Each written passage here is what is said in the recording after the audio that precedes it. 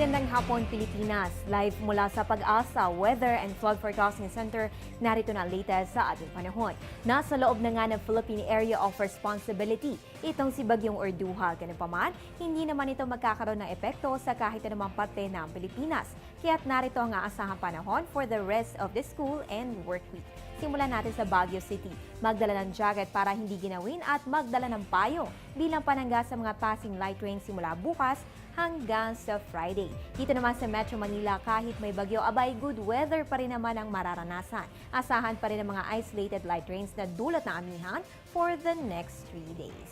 Sa Metro Cebu, magiging bahagya hanggang sa maulap ang kalangitan na may pulupulong pagulan o pagkidlat pagkulog simula bukas hanggang sa Biyernes. Punta naman tayo ng Metro Davao. Abay good weather pa rin sa umaga at tanghali pero pagsapit ng hapon o gabi ay posibleng makaranas ng mga isolated thunderstorms mula bukas, October 23 hanggang sa Friday, October 25.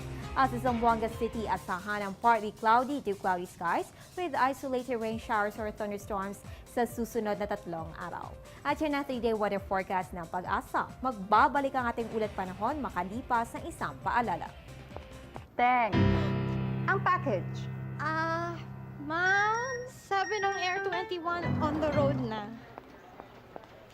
Ano, Teng? Ang package. Ma'am, sabi ng Air 21 na receive na. Okay, very good. Basta padala, sagot ka ng Air 21. May real-time delivery updates via text para worry-free ka. Teng, ang package, napadala mo na? Yes, ma'am, sa Air 21. Sa Air 21, sagot ko, padala mo. Para sa ating mga kababaihan, alamin kung paano gagawin ang breast self-examination dito sa tamang oras.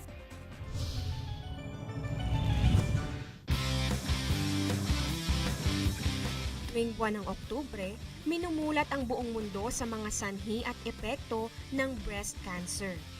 Kaya naman ito rin ang tamang oras para alamin kung paano gawin ang tinatawag na breast self-exam o BSE. Ito ang sariling pagsalat sa suso. Dapat gawin ng BSE kada buwan, ilang araw pagkatapos ng monthly cycle o pagregla. Pumili ng araw na madaling tandaan para makaugalian itong gawin. Kung may bukol o sakit na nararamdaman habang ginagawa ang BSE, magpakonsulta agad sa doktor para malaman ang kalagayan ng iyong katawan. Huwag ipagpaliban ang inyong kalusugan. Gawin ng BSE kada buwan.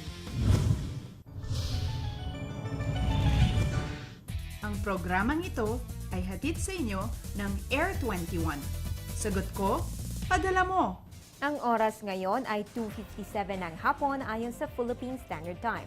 At 64 days to go before Christmas mga kababayan, ang weather update na ito ay hatid sa inyo ng Panahon TV Express kung saan walang pinipiling panahon ang pagbibigay impormasyon. Ako po ang inyong weather girl April Enerio. Magandang hapon.